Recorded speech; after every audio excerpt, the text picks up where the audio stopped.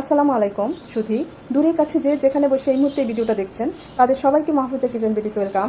আজ গরুর মাংসের বালাচাও করব বা বিফ বালাচাও যেভাবে বলে।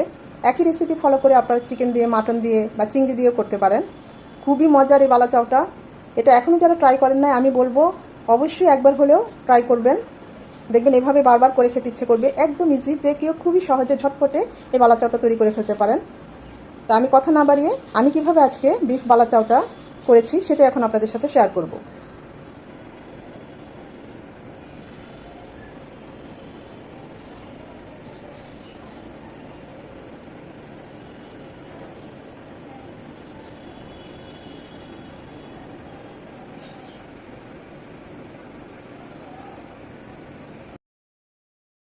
বিফ বালাচাও করার জন্য এখানে আমি 500 গ্রাম বিফ নিয়েছি।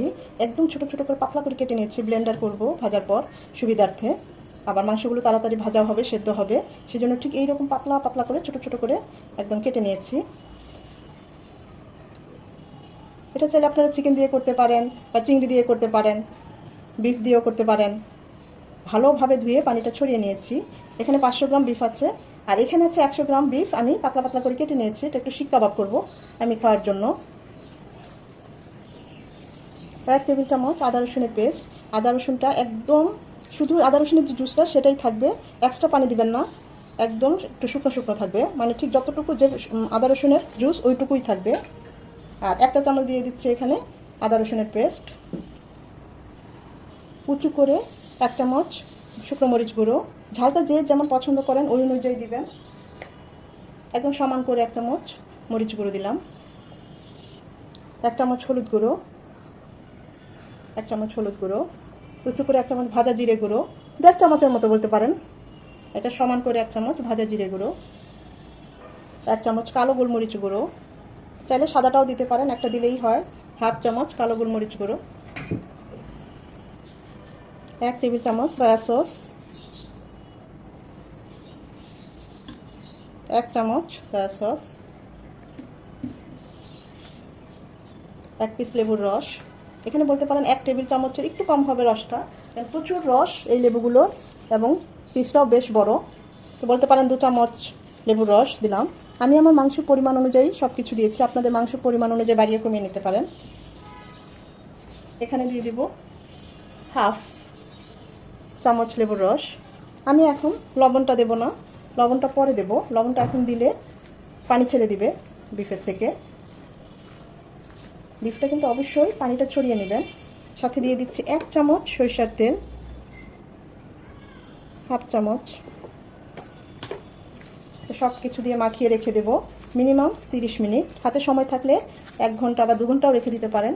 এটা যত বেশিক্ষণ রাখবেন মশলাটা মাংসের সাথে খুব ভালোভাবে মিশবে, ভিতরে ঢুকবে।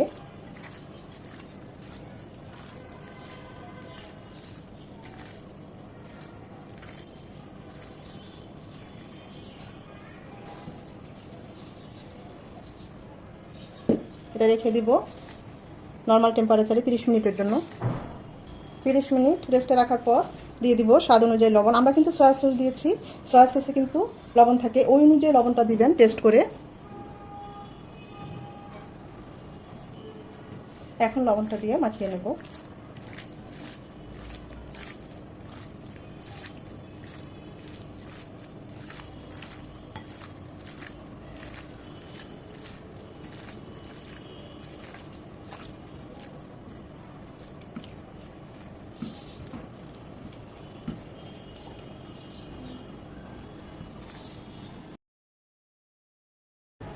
এখানে দিয়ে দিচ্ছি সরিষার তেল পর্যাপ্ত পরিমাণে। এটা ডুবো তেলে ভাজতে হবে।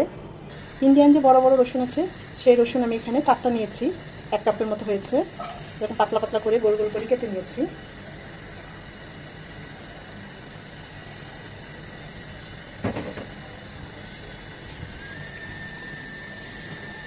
এগুলো ডুবো তেলে একদম লাল লাল করে ভেজে নেব।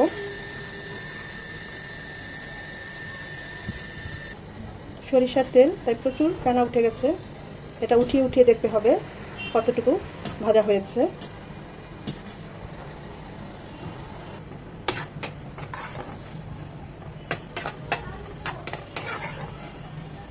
আর একটু লাল লাল হবে। এই রসুন ভাজা থেকে খুব সুন্দর একটা অ্যারোমা চলে আসবে ভাজতে ভাজতে। এর চেয়ে বেশি ডার্ক করবো না, তাহলে তো লাগবে। এটা ভাজা হয়ে গিয়েছে, এটা আস্তে আস্তে আরেকটু ডার্ক হবে। তেলটা ছড়িয়ে নিতে হবে, একদম কোনো তেল থাকা চলবে না।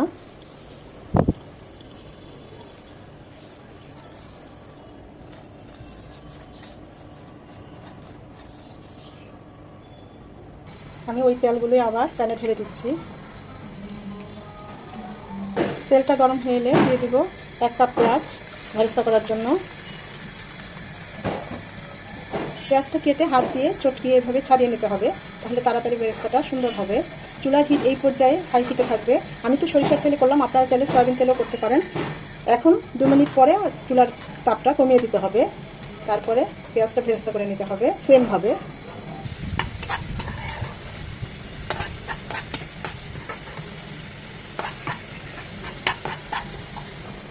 এর চেয়ে বেশি ডার্ক করবো না, কারণ এটা আস্তে আস্তে ঠান্ডা হবে আর একটু ডার্ক হয়ে যাবে। আমরা এখন এটা নামিয়ে নেব বেরেস্তাটা।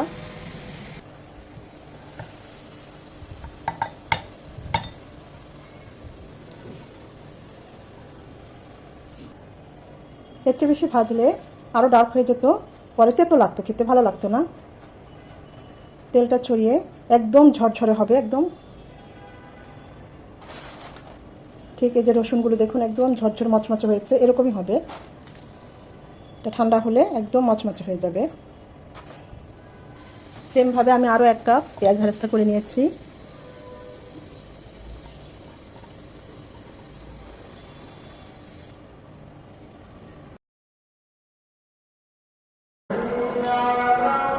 এই তেলেই এখন মাংসগুলো ছেড়ে দেব। একসাথে সব ছাড়বো না, একটা একটা করে ছাড়বো।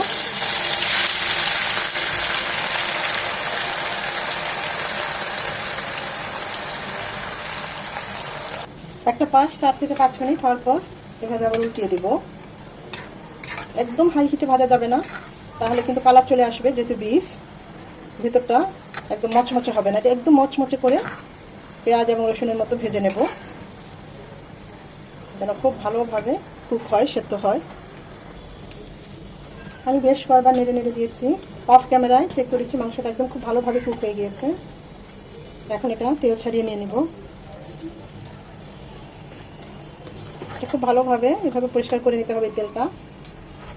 এখন এই তেলে আবার বাকি যে মাংসগুলো ছিল সেগুলো ছেড়ে দিচ্ছি। এটা ডুবো তেলেই ভাজতে হবে, তাহলে দেখবেন খুব মচমচে হবে এবং খুব ক্রিস্পি হবে। সব একসাথে দেওয়া যাবে না, এভাবে 2-3 ব্যাচে এগুলো ভেজে নিতে হবে।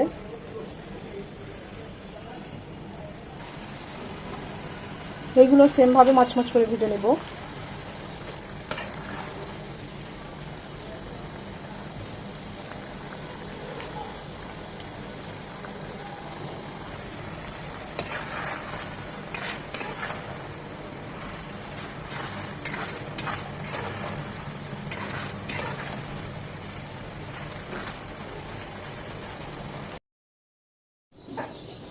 বিফগুলো ভাজা হয়ে গেছে, একদম মচমচ করে ভেজে নিয়েছি। মনে হচ্ছে পুড়ে গিয়েছে, তেতো হবে না, একদম লাল লাল করে ভেজে নিয়েছি। এখন এগুলো ব্লেন্ড করে নেব। সবটা একসাথে দেবো না, আমি হাফ হাফ করে ব্লেন্ড করে নেব।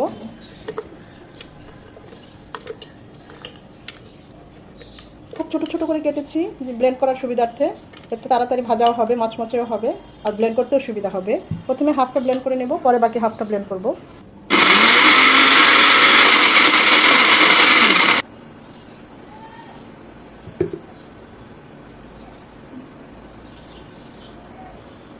মাশাআল্লাহ, খুব সুন্দর ঝরঝরে হয়েছে। এত সুন্দর একটা স্মেল বের হয়েছে না গরুর মাংসর, বলার মতো না, একদম মুগ্ধ হওয়ার মতো। খুব সুন্দর হয়েছে। পালা চাল তৈরি করার জন্য আমাদের সমস্ত কিছু রেডি। এখন এখানে দিয়ে দিচ্ছি ওই যে তেল অবশিষ্ট ছিল সেখান থেকে হাফ চামচ, জাস্ট একটু দিয়ে দিচ্ছি 1 চামচ মরিচ গুঁড়ো। এই তেলটা দেওয়ার অর্থ হচ্ছে যেন মশলাগুলো পুড়ে না যায়। 1 চামচ ভাজা জিরে গুঁড়ো, আর 1 চামচ উঁচু করে গরম মশলা গুঁড়ো। আমি এখনই লবণ দিচ্ছি না, লবণটা টেস্ট করে যদি দরকার হয় তাহলে দেব। মশলাগুলো জাস্ট 1 মিনিট একটু ভেজে নেব, যেন কাঁচা ভাবটা চলে যায়।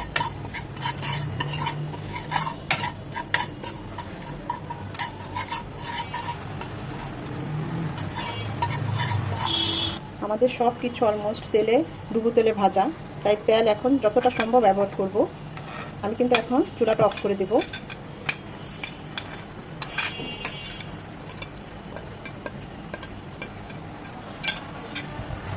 আর 2 কাপ মাংস, সে সাথে 2 কাপ পেঁয়াজ ভেরেস্তা। 4 কাপ পেঁয়াজকে ভেরেস্তা করলে 2 কাপ হয়। রসুন কুচি পুরো 1 কাপ ভেজে নিয়েছি, এখন ভাজার পরে 1 কাপের চেয়ে কিছুটা কমে গিয়েছে। দিয়ে দিচ্ছি রসুন কুচি ভাজাটা, রসুন ভাজাটা। সব কিছু এখন মিশিয়ে নেওয়ার পালা। চুলার হিট একদম লো হিটে থাকবে।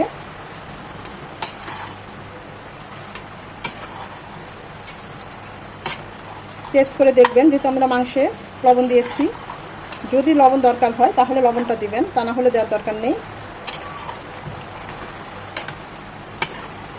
শুধু খাওয়ার সময়, গরম গরম একদম খাওয়ার সময় ধনে পাতাটা দিবেন। এখন ধনে পাতাটা দিলে মানে সংরক্ষণের জন্য সমস্যা হবে। 1 থেকে 2 সপ্তাহ আপনারা সংরক্ষণ করে রাখতে পারবেন। অসম্ভব মজার এই বালা চাউটা। চিকেন দিয়ে করতে পারেন, মাটন দিয়ে করতে পারেন, বিফ দিয়ে করতে পারেন। তো আমরা এখন এটা নামিয়ে নেব। আমি তো লবণ দিলাম না, কারণ আমি টেস্ট করেছি, একদম পারফেক্ট আছে, তাই লবণটা আর এক্সট্রা দিলাম না। যেহেতু সব ভাজা ভাজা, তাই এটা 1 থেকে 2 সপ্তাহ সংরক্ষণ করে রাখতে পারেন। এত সুন্দর খুশবু বের হয়েছে না, বলার মতো না। আমি পাচ্ছি, আপনারাও তৈরি করলে এরকম পাবেন। অসম্ভব মজার। এটা গরম গরম ভাত দিয়ে খেতে পারেন, পোলাও দিয়ে খেতে পারেন, মুড়ি দিয়ে খেতে পারেন, বা এমনিও খাওয়া যায়। সব কিছু দিয়ে খুব ভালো যায়, রুটি, পরোটা, নান, সব কিছু দিয়ে এটা খুব ভালো যায়।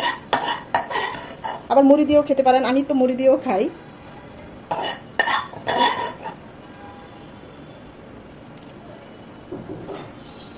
খুবই সহজ, যে কেউ খুব ঝটপটে এই বালা চাউটা বানিয়ে ফেলতে পারেন। চিংড়ির বালা চাউ, চিংড়ি দিয়েও এভাবে করে নিতে পারেন। ছোট ছোট চিংড়ি বা চিংড়ি শুটকি দিয়ে বালা চাউটা খুব সুন্দর হয়।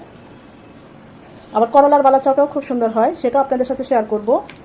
তো আশা করি আজকের এই ভিডিওটা ভালো লেগেছে। যদি ভালো লেগে থাকে অবশ্যই একটা লাইক দিবেন, কারণ আপনাদের এই একটা লাইক পরবর্তী ভিডিও করতে আমাকে উৎসাহিত করে, উদ্বুদ্ধ করে। ফ্রেন্ডস অ্যান্ড ফ্যামিলির মাঝে বেশি বেশি করে শেয়ার করে দিবেন, যেন তারাও এরকম সহজ এবং মজার রেসিপি দেখতে পায়। যদি ভিডিওটা ভালো লেগে থাকে, যারা একদম নতুন, আমার রেসিপি ফলো করে একবার হলেও ট্রাই করবেন। আর যদি ট্রাই করেন, আমাকে কমেন্ট করে অবশ্যই জানাবেন কেমন হয়েছে। আমি আপনাদের একটা কমেন্ট, একটা লাইকের অপেক্ষায় থাকি। আপনাদের একটা লাইক, একটা কমেন্ট আমাকে অনেক দূর যেতে সাহায্য করে। আজ আর না, আজকের এই ভিডিও এখানেই শেষ করছি। আপনারা সবাই ভালো থাকবেন, সুস্থ থাকবেন, নিজের প্রতি যত্ন নেবেন। সময় নিয়ে, ধৈর্য নিয়ে যারা এতক্ষণ ভিডিওটা দেখেছেন, তাদের সবাইকে আন্তরিক ধন্যবাদ।